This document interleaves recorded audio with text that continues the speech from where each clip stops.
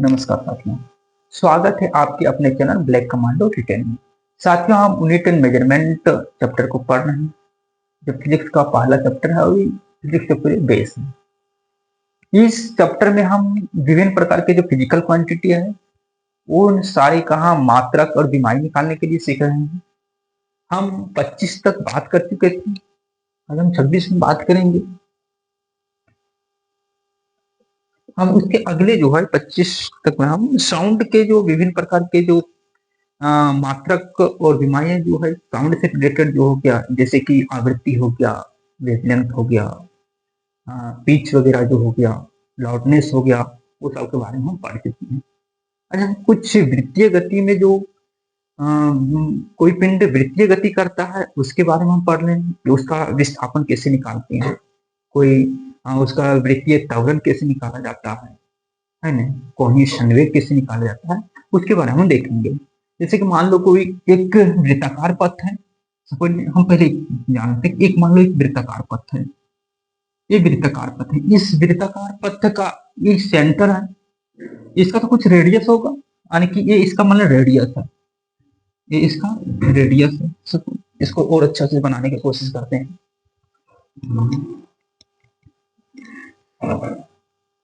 हम बात कर रहे थे पहले 26 में एंगुलर डिस्प्लेसमेंट।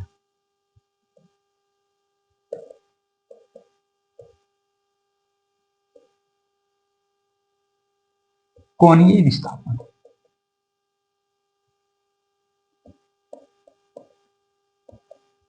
ये कोणीय विस्थापन क्या है, इस चीज को हम जानने का प्रयास करते हैं। कोणीय विस्थापन क्या है? सपोज देखिए, मान लीजिए कि एक वृत्ताकार पथ है, ये मेरा क्या है, एक वृत्ताकार पथ है, ये वृत्ताकार पथ है, इस वृत्ताकार पथ का सेंटर इस बिंदु से जाता है। अच्छा, ये जो वृत्ताकार पथ है, इसका कोई तो रेडियस होगा, हम इस रेडियस को आर दिखा रहे हैं, इसका एक रेडियस आर है, हाँ ना, मान लेते हैं ये रेडियस आर है। सपोज दैट कोई पिंड जो है कि ए बिंदु पर है, वो क्या करेगा, वो वृत्ताकार पथ पर क्या कर रहा है, रोटेट कर रहा है, ऐसे करके रोटेट कर रहा है, फिर ऐसे वृत्ताकार पथ पर ऐसे घूम रहा है ना। तो मान लो एक ये पर था पोजीशन, उस समय उसका टाइम टी था, टी टाइम, और धीरे धीरे क्या कर रहा है, वो रोटेट करते करते करते कोई पिंड, जैसे मान लो एक पिंड है, ये पिंड है, उसके बाद रोटेट करते करते कहाँ चल गया, मान लो यहाँ पर एक बिंदु बी है, इस बिंदु बी पर पहुंच गया, है ना। तो यही जो रोटेशन जो कर रहा है, यहाँ से यहाँ की रोटेशन, यानी इसको कौन है, कोणीय विस्थापन हो रहा है, यहाँ से एक एंगल के साथ ही विस्थापित हो रहा है। जैसे कि हमने घड़ी की सुई जो देखती है, घड़ी की सुई जो हम देखते हैं उसे, तो ये कैसा हो गया, कोणीय विस्थापन, है ना। तो ये एक एंगल के साथ क्या करेगा, रोटेट करेगा, कोई भी पिंड क्या करेगा, एक एंगल के साथ रोटेट करेगा, और यही कोणीय विस्थापन जो यहाँ से जो विस्थापित हो रहा है, किसमें, एक एंगल के साथ विस्थापित हो रहा है, इसी को हम बोलते हैं क्या चीज, कोणीय विस्थापन, कोणीय विस्थापन, है ना। समय के साथ कोई भी पिंड वृत्ताकार पथ पर, है ना, जो गति करता है, एक वृत्ताकार पथ में किसी एंगल के साथ जो मूव कर रहा है, उसी को बोलते हैं कोणीय विस्थापन। तो यहाँ बोलते हैं किसी वृत्ताकार पथ पर, किसी वृत्ताकार पथ पर पिंड का जो किसी एंगल के साथ जो मूव करता है ना, और जितना मूव करता है उस दूरी को क्या बोलेंगे आप, कोणीय विस्थापन। इसलिए कोणीय विस्थापन बोलेंगे क्या, क्या वृत्ताकार पथ पर, वृत्ताकार पथ पर किसी पिंड द्वारा, किसी पिंड द्वारा,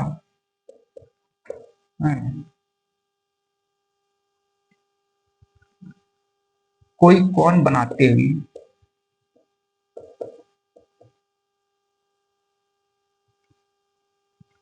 वृत्त का मार्ग के केंद्र के साथ, है ना, द्वारा वृत्ताकार पथ के केंद्र के साथ कोण बनाते हुए, मतलब इस वृत्त का पथ है ना, उस पथ के साथ कोण बनाते हुए, है ना, कोण बनाते हुए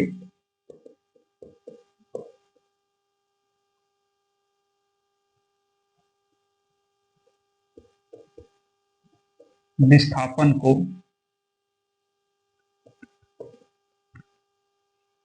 कोणीय विस्थापन कहते हैं। कोणीय विस्थापन कहते हैं।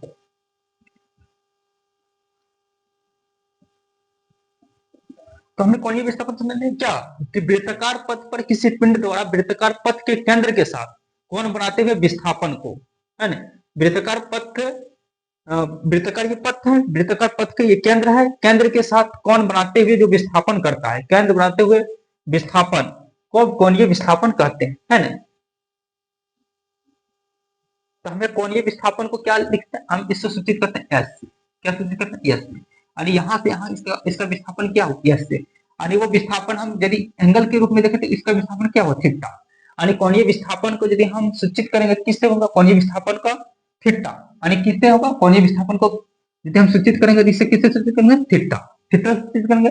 इसलिए कोणीय विस्थापन का जो मात्रक होगा, यानी कोणीय विस्थापन बोलेंगे, कोणीय विस्थापन बराबर होता है कोणीय दूरी।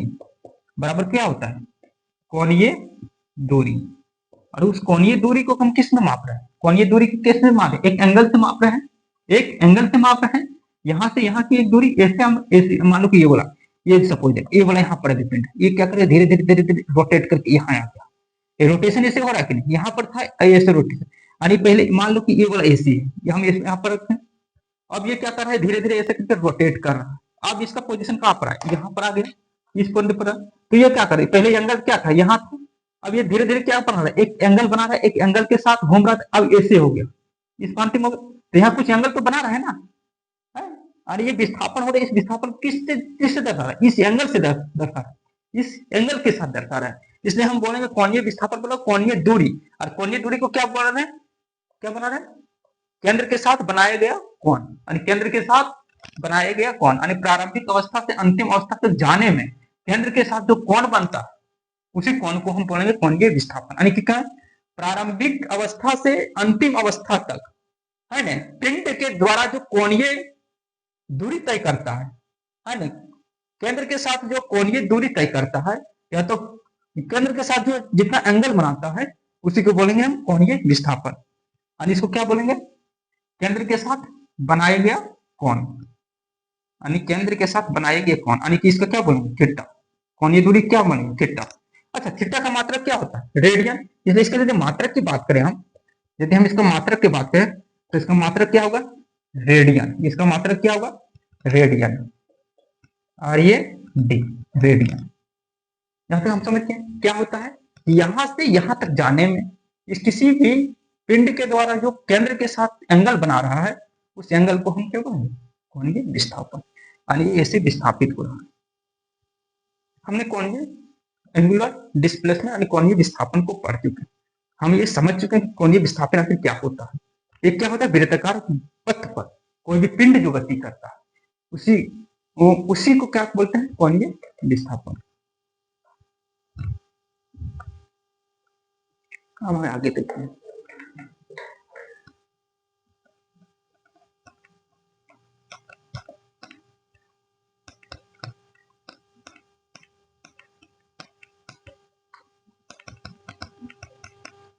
यह है वो कोणीय विस्थापन। अब कोणीय वेलोसिटी बताते हैं, कोणीय वेग, angular velocity, angular velocity, angular velocity की बात करते हैं। कोणीय वेग, कोणीय वेग, ये कोणीय वेग क्या, और इसको दर्शाते हैं ओमेगा से। इसको किससे दर्शाते हैं, ओमेगा से।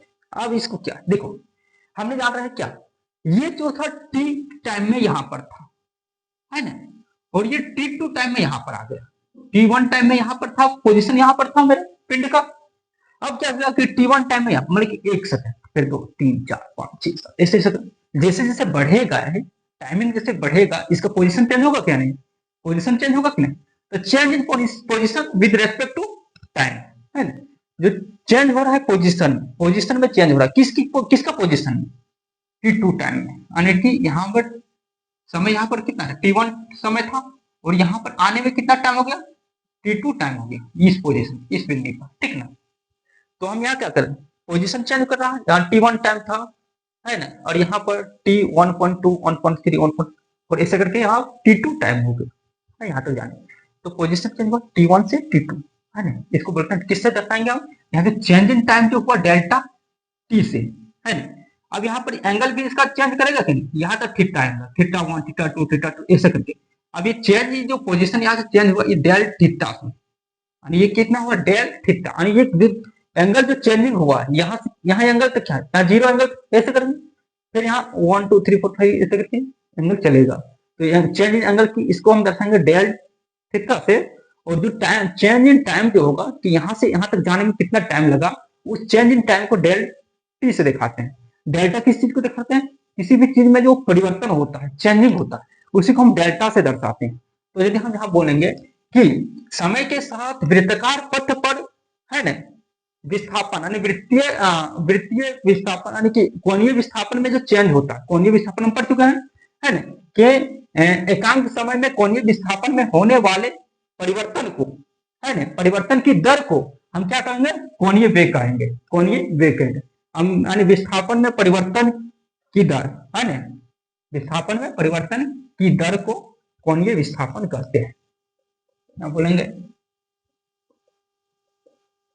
विस्थापन में परिवर्तन, कोणीय विस्थापन, सॉरी कोणीय विस्थापन, कोणीय विस्थापन में परिवर्तन की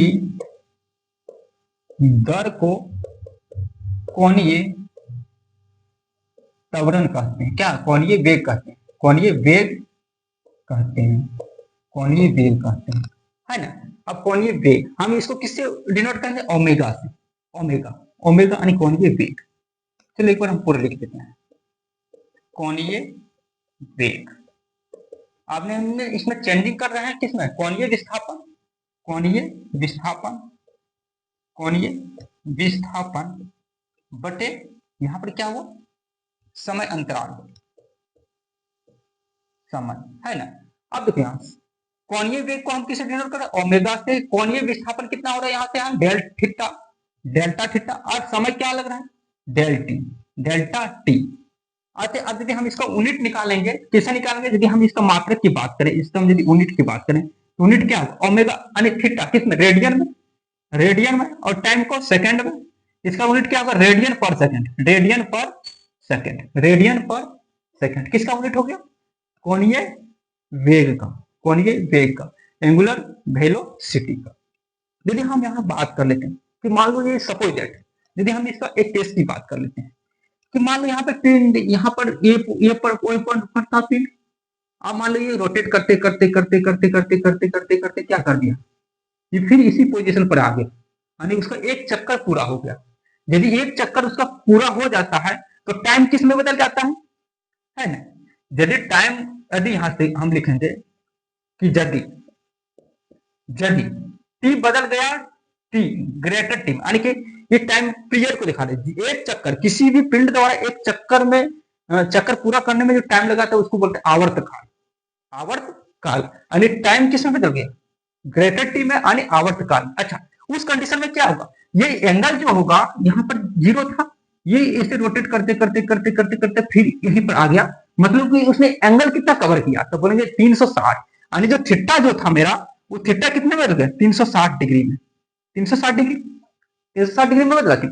अच्छा, इसे, अच्छा इसको हम रेडियन के फॉर्म में लिखेंगे तो किस लो में 2 पाई रेडियन लिख सकते हैं। 360 को हम क्या लिखते हैं, 2 पाई रेडियन, इसको क्या लिखते हैं, 2 पाई रेडियन, रेडियन। जैसे कि हम बोलते हैं पाई बराबर क्या होता है, जैसे कि हम यहाँ जानते हैं कि पाई बराबर कितना होता है, 180 डिग्री होता है ना।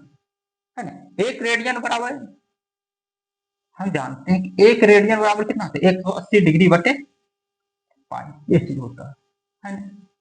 और एक डिग्री बराबर, जैसे कि हमने जानते हैं 2 पाई आर बराबर 360 डिग्री, है ना। पाई आर बराबर कितना होगा, 360। और 2 पाई आर क्या होता है, किसी वृत्त की परिधि होता है।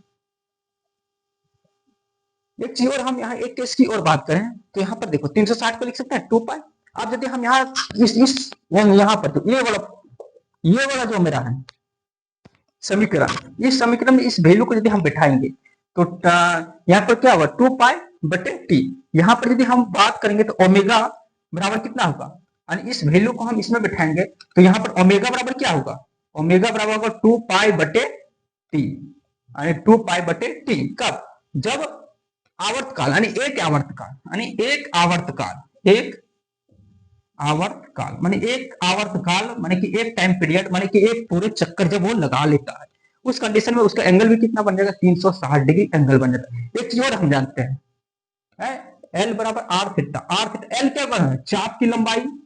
एल बराबर क्या हुआ? चाप, चाप की लंबाई। आर इसको क्या दिखा है? रेडियस यानी त्रिज्या। और ये क्या बना रहा है? ये क्या बना रहा है? कोण। ये क्या बना रहा है? कोण। ये बना रहा है मेरा कोण। यदि हम यहाँ थीटा की बात करें तो एल बटे, थीटा की बात करते एल बटा आर भी होगा। तो एक चीज यहां से आया, हम इसको मिटाते थे और इसके हम और फॉर्मेट को निकालने की कोशिश करते हैं कि और क्या इससे में प्राप्त कर सकते हैं। तो हमने ये फॉर्मूला, एक चीज और देखा कि ओमेगा बराबर 2 पाई बटे टी, 2 पाई बटे टी। इस कंडीशन में इसका यूनिट क्या होगा? इस कंडीशन में इसका यूनिट क्या होगा? इसका यूनिट होगा, इसका तो कोई यूनिट नहीं होगा, इसका होगा पर सेकेंड, यानी टाइम का क्या होगा? सेकेंड, यानी 1 बटे सेकेंड, इसको बोलेंगे पर सेकेंड, यानी एक यूनिट तो इसका ये भी हो गया पर सेकेंड। कब? जब एक आवर्तकाल पूरा कर रहा है कोई पिंड, उस कंडीशन में मेरा जो कोणीय वेग है, उस कोणीय वेग का मेरा यूनिट क्या होगा? पर सेकंड। अच्छा बताओ, ये कल की क्लास में हमने ये चर्चा किए थे कि पर सेकंड और किसका यूनिट है? तो हमने पर सेकंड बताए थे, किसका यूनिट है? आवृत्ति का। आवृत्ति माने क्या होता है कि प्रति सेकंड दोलन की संख्या, यानी कितना ऑसिलेशन कर रहा है प्रति सेकंड, उसी को बोलते हैं हम आवृत्ति। इससे हम ये क्या करते हैं? इससे हम और फॉर्मूला को ड्राइव करने की कोशिश कर रहे हैं। देखिए, इसको हम बात कर रहे हैं, इससे हम बात कर रहे हैं, इससे। तो हमने बात की है कि ओमेगा बराबर क्या होता है? 2 पाई बाय टी। कल की क्लास में हमने ये पढ़े थे कि 1 बटे टी को बोलते हैं फ्रीक्वेंसी। 1 बाय टी को हम क्या बोल सकते हैं? फ्रीक्वेंसी।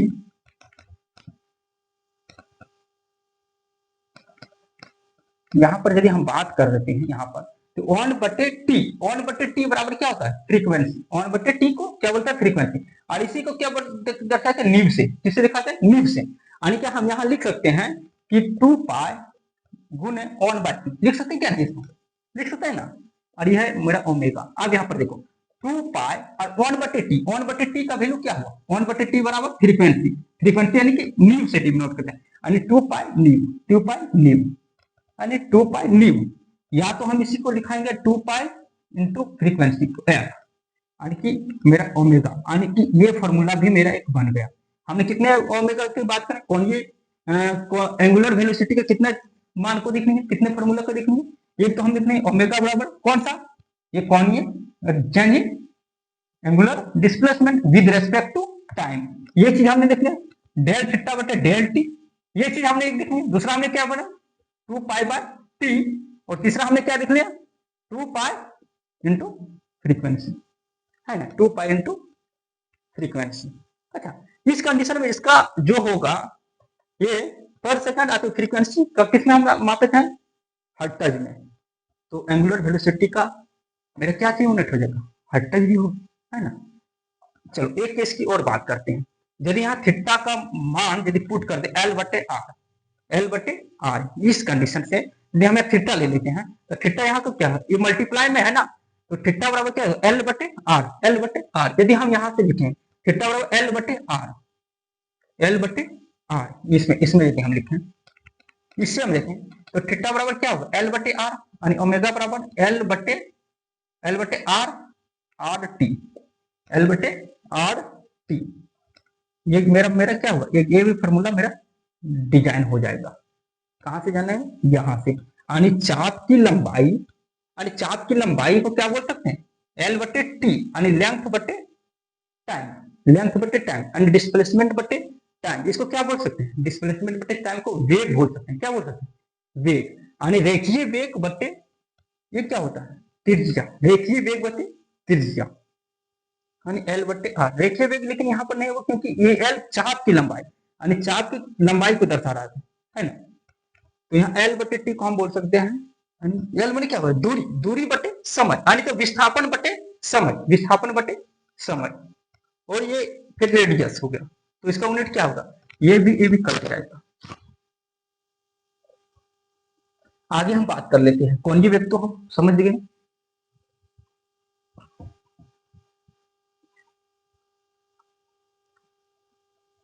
यदि एक आवर्तकाल पूरा यदि हो जाएगा, यदि टाइम पीरियड एक आवर्तकाल यानी एक आवर्तकाल यदि पूरा हो जाएगा, आवर्तकाल एक आवर्तकाल पूरा हो जाएगा पर सेकंड हो जाएगा, उस कंडीशन में इसका यूनिट क्या हो जाएगा, हर्ट्ज भी होगा। कब होगा, जब वो एक क्या होगा, एक आवर्तकाल पूरा करेगा ना, एक आवर्ती यानी कि प्रति सेकंड यदि एक दोलन पूरा कर लेगा, है ना, यदि कोई पिंड एक सेकंड में यदि एक दोलन पूरा कर दिया, एक दोलन यहां से यहां पर आ जाएगा, उस कंडीशन में यदि एक आवर्तकाल पूरा कर लिया, पूरा कर लिया, उस कंडीशन में इसका यूनिट क्या हो जाएगा, उस कंडीशन में इसका यूनिट क्या हो जाएगा, हर्ट्ज भी हो जाएगा, हर्ट्ज। उस कंडीशन में क्या हो, एक आवर्तक काल पूरा कर लिया कोई भी पिंड, उस समय इसका यूनिट क्या हो जाएगा, हर्ट्ज हो जाएगा, और इसी को क्या बोलेंगे, पर सेकंड। ये चीज ध्यान रखना।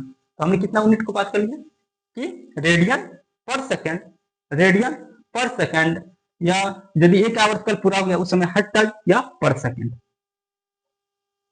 ये चीज ध्यान रखना। ये कब होगा, ये वाला यूनिट कब होगा, जब एक आवर्तकाल पूरा करेगा, एक टाइम पीरियड यहां से शुरू किया और फिर यहीं पर आ गया, उस कंडीशन में इसका ये यूनिट होगा। यानी जनरल इसका यूनिट क्या होगा, जनरल यदि इसका यूनिट हम बात करें तो क्या होगा, रेडियन पर सेकंड। इसका जनरल यूनिट क्या होता है, रेडियन पर सेकंड।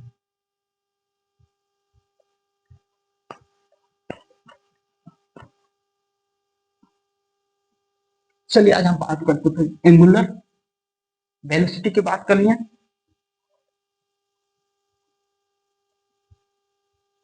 एंगुलर एक्सीलरेशन, कोणीय त्वरण, एंगुलर एक्सीलरेशन,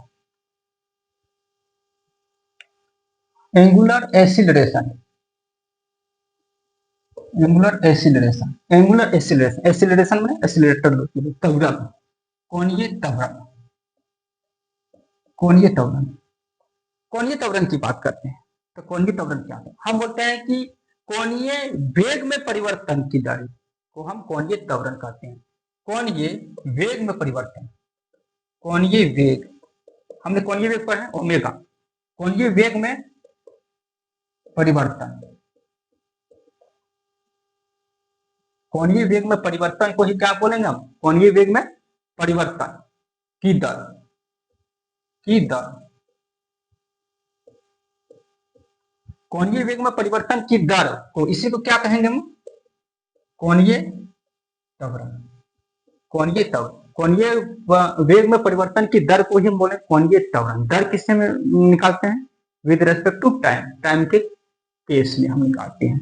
यदि हमें कोणीय त्वरण निकालना, कोणीय त्वरण यदि हम बात करें तो कोणीय त्वरण बराबर क्या होगा, कोणीय वेग बटे टाइम, कोणीय वेग बटे समय, कोणीय वेग बटे समय, यानी ओमेगा बटे टी, ओमेगा, ओमेगा किसको दर्शाना है, कोणीय वेग को, और टी, टी माने टाइम। अच्छा, यदि हम इसका यूनिट की बात करें, यदि हम इसका यूनिट की बात कर लें तो इसका यूनिट क्या होगा, इसका यूनिट क्या होगा, ओमेगा अभी बता, रेडियन पर सेकंड, यानी रेडियन पर सेकंड, और इसका यूनिट क्या हुआ, सेकंड, तो ये क्या होगा, रेडियन पर सेकंड स्क्वायर, रेडियन पर सेकंड स्क्वायर, रेडियन पर सेकंड स्क्वायर।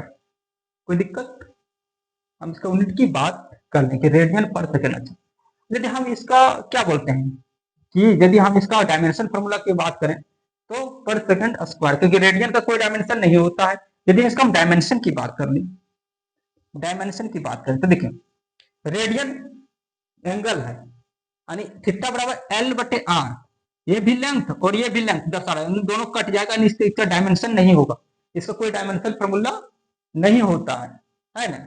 ये कैसा एंगल है, थीटा कैसा एंगल है, सप्लीमेंट्री एंगल है, सप्लीमेंट्री एंगल है। हमने दो चीज को सप्लीमेंट्री यूनिट में रखा था, दो सप्लीमेंट्री, एक प्लेन एंगल और एक लिखा था सॉलिड एंगल। प्लेन एंगल के लिए रेडियन और सॉलिड एंगल के लिए स्टेडियन लिए थे, है ना। इस कारण से ये जो होता है सो एक ये जो है सो सप्लीमेंट्री यूनिट है। इस कंडीशन में इसका तो हम यूनिट ले लिए सप्लीमेंट्री यूनिट, इस कंडीशन में हम इसका प्लेन एंगल का मात्रक हम क्या ले लिए, रेडियन, लेकिन इसका कोई डायमेंशन फॉर्मूला नहीं होता है, क्योंकि एल बटे R theta equal to L बटे आर, चाप की लंबाई बटे त्रिज्या, यानी ये भी लंबाई ये भी लंबाई कट के क्या होगा, वन। डायमेंशन रहा क्या, नहीं रहा। तो यहाँ डायमेंशन, रेडियन का कोई डायमेंशन होगा कोई नहीं, लेकिन सेकंड के लिए क्या होगा, टी पर पावर सेकंड को इसमें किसका यूनिट है सेकंड टाइम का, यानी टी पर पावर -2, यानी कि यदि हम यहाँ पर रेडियन का कोई मात्रक नहीं, सेकंड के लिए टी, और ये सेकंड के लिए फिर यहाँ टी, यानी टी पर पावर -2, टी पर पावर -2। ये मल्टी के फॉर्म में लिखे थे, एम तो यहाँ नहीं है, 0, एल है क्या, एम पर पावर 0, एल पर पावर 0 और टी पर पावर -2। ये हो गया मेरा किसका मात्रक, ये मेरा किसका डायमेंशन फॉर्मूला हो गया, तो ये मेरा एंगुलर एक्सेलरेशन का डायमेंशन फॉर्मूला हो गया। यदि हम इसको और डिटेल से बात करें और डिफाइन करें तो हम यहाँ पर देखूंगा, हम यहाँ से और यदि डिफाइन करें, सपोज दैट, मान लो कि ये पिंड यहाँ है, यहाँ से यहाँ जा रहा है, ऐसे करके रोटेट कर रहा है, ये क्या होगा डेल्टा थीटा, डेल थीटा, ये क्या हो गया, ये इसको हम नाम क्या दिए थे, ये क्या है एंगुलर डिस्प्लेसमेंट, और ये changing time, angular displacement with respect to time, इसको हम क्या करेंगे एंगुलर वेलोसिटी, और इसको हम लिख सकते हैं ओमेगा को डेल थीटा बटे डेल टी, यहाँ लिख सकते हैं डेल थीटा बटे डेल टी, यानी कि थीटा बटे टी और टी है ना, यहाँ हम लिख सकते हैं डेल थीटा बटे टी स्क्वायर, है ना, ऐसे लिख सकते हैं, यहाँ से भी एक सम निकाल सकते हैं। दूसरी बात ये है कि यदि मान लो कि ये त्वरित करते हुए कोई पार्टिकल, कोई बॉडी जो है तो त्वरित करते हुए फिर यहीं पर आ गया, हमने क्या बोला कि यहाँ से त्वरित कर रहा है कोई पार्टिकल और फिर इसी पोजीशन पर आ गया, त्वरण इसका क्या होता है त्वरण। ये सब हम जो पढ़ रहे हैं ये कौन सा है सदिश राशि सब, क्योंकि ये ज्ञात है कि यही दिशा में जाए, यहाँ तो जा नहीं सकता, यहाँ नहीं जा सकता, अरे इसका क्या है डायरेक्शन तो फिक्स है कि इस डायरेक्शन में मूव करेगा, यानी वृत्तकार पथ में ही मूव करेगा, यानी कि इसका डायरेक्शन फिक्स हो गया सब, और साथ ही साथ जब ये डायरेक्शन फिक्स हो गया और ये जब मूव करेगा तो क्या कोई तो दूरी तय करेगा ना, कोई तो दूरी तय कर रहा है ना, यानी कहने का मतलब इसका परिणाम भी आ गया, यानी इसमें दिशा भी ज्ञात हो गया कि ये किस दिशा में जाएगा, यही वृत्ताकार पथ में ही गमन करेगा, यानी इसका दिशा भी है और परिणाम भी है, कहने का मतलब ये कैसी राशि हो गया, यानी कि कहने का मतलब इसमें दिशा भी है और दूसरा परिणाम भी है, दोनों चीज को यहाँ दिखा रहा है, इस कारण से ये कैसी राशि हो जाएगी, ये कैसी राशि होगी, ये सदिश राशि होगी, कैसी राशि होगी सदिश। हमने जो तीनों पढ़े, कौन कौन सा तीनों पढ़े अभी हमने पढ़े, कोणीय विस्थापन, कोणीय वेग और अभी पढ़ रहे हैं कोणीय त्वरण, ये तीनों क्या है, ये तीनों सदिश राशि है, ये तीनों क्या है सदिश राशि, क्योंकि इसका डायरेक्शन क्या है फिक्स है ना, क्योंकि ये वृत्ताकार पथ में ही गमन करेगा, और इसका दिशा फिक्स हो गया, जब ये गमन करेगा ये वृत्ताकार पथ में तो क्या करेगा किसी परिणाम के साथ गमन करेगा, यानी किसी दूरी को कवर करेगा, जब किसी दूरी को कवर करेगा तो उस दूरी का कोई तो वैल्यू होगा, 1 metre 2 metre 3 metre 4 metre 5 metre, ऐसा करके होगा ना, यानी कि क्या कर रहा है दिशा भी दिखा रहा है परिणाम भी दिखा रहा है, इस कारण से कैसी हो गया सदिश राशि होगी। यदि हम बात करें कि यदि हम एक आवर्त पूरा कर दिया, एक आवर्तकाल पूरा कर दिया, एक आवर्तकाल पूरा कर दिया तो टाइम इक्वल टू क्या होगा टी बराबर क्या होगा, टी बराबर कैपिटल टी होगा। अच्छा ओमेगा, ओमेगा बराबर क्या होगा, ओमेगा बराबर क्या था 2 पाई है ना, 2 पाई बाय टी ऐसा होगा, अरे 2 पाई और इसको बोलते हैं new, 2 pi nu, 2 pi nu बटे ये टी, ऐसा करते हैं, ऐसा भी लिख सकते हैं। कब ये कब होगा जब एक आवर्तकाल पूरा कर लेगा। चलो आगे हम बात करते हैं, हम 29 में बात करते हैं टॉर्क के बारे में, हम 29 में बात करते हैं टॉर्क, टॉर्क बल आघूर्ण,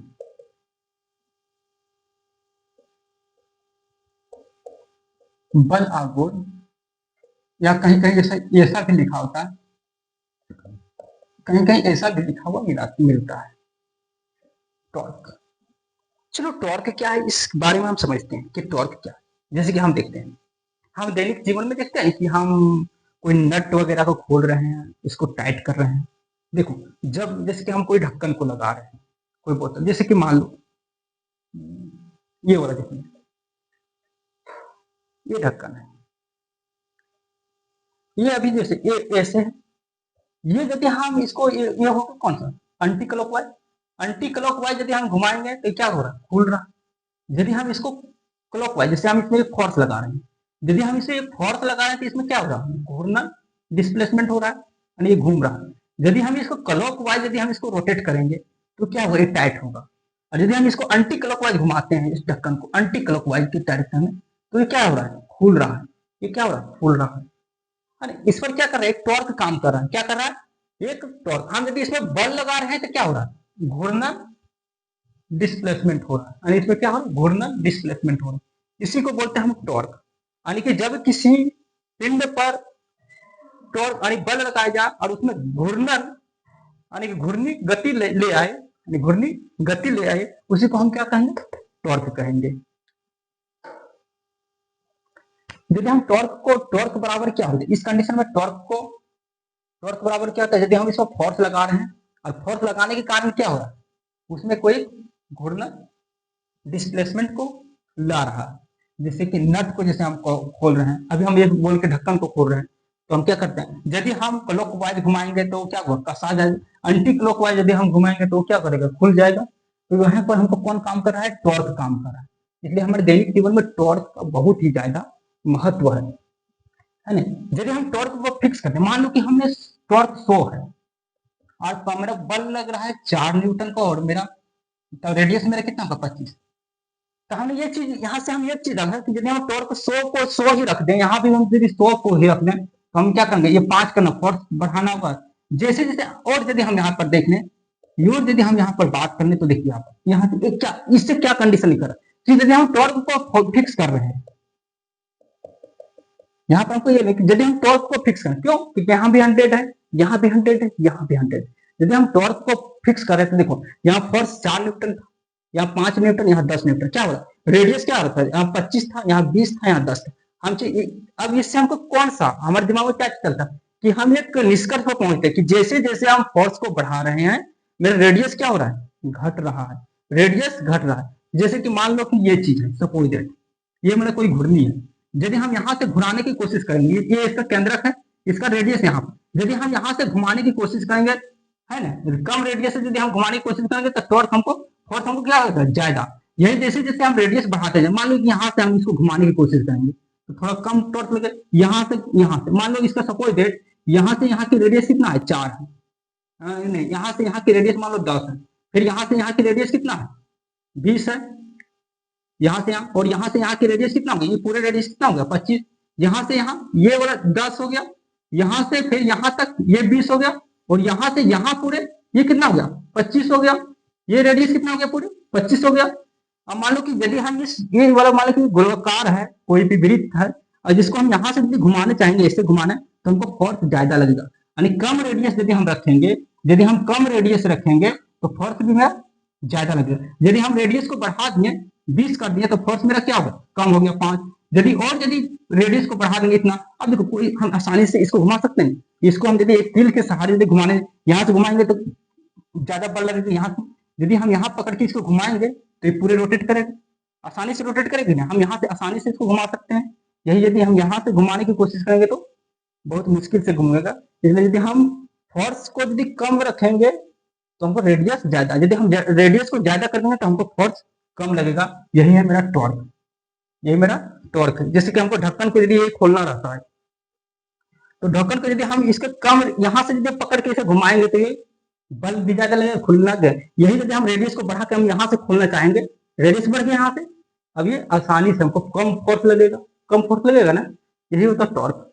अब बात करते हैं टॉर्क। यदि हम इसका यूनिट की बात करें, यूनिट का बात करें, टॉर्क यानी बल आघूर्ण, बल आघूर्ण, बल आघूर्ण बराबर क्या हुआ, बल आघूर्ण बराबर क्या हुआ, बल गुना ये क्या हुआ, कोणीय दूरी हुआ। ये क्या हुआ, एक दूरी तय कर, एक दूरी तय कर, कोणीय दूरी, तो हम इसको बोलते हैं दूरी नहीं, विस्थापन बोलते हैं, बल गुना विस्थापन।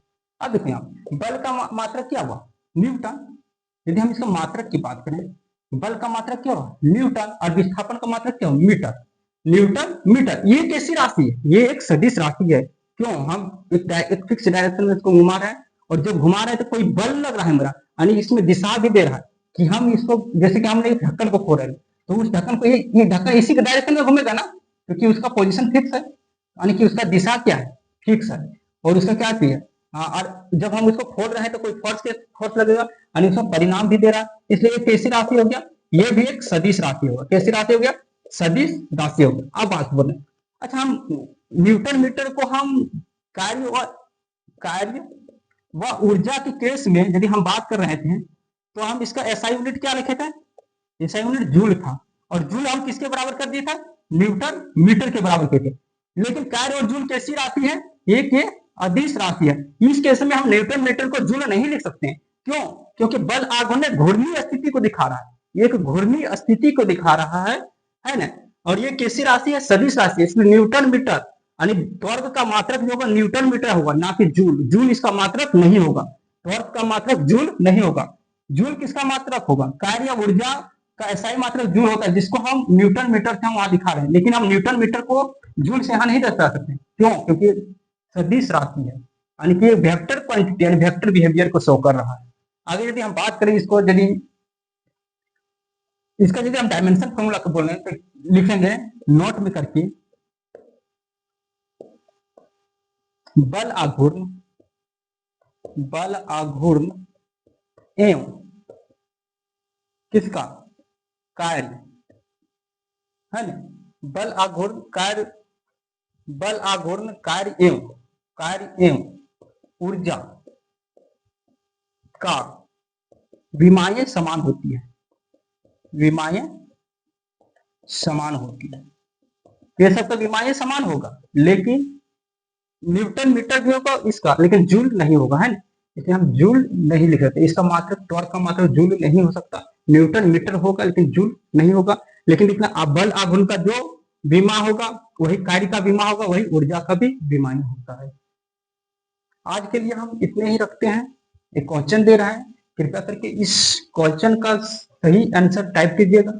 एक प्रश्न दे रहे हैं, कृपया करके इसका सही आंसर टाइप करेंगे, लाइक करें, शेयर करें और कमेंट करें। धन्यवाद।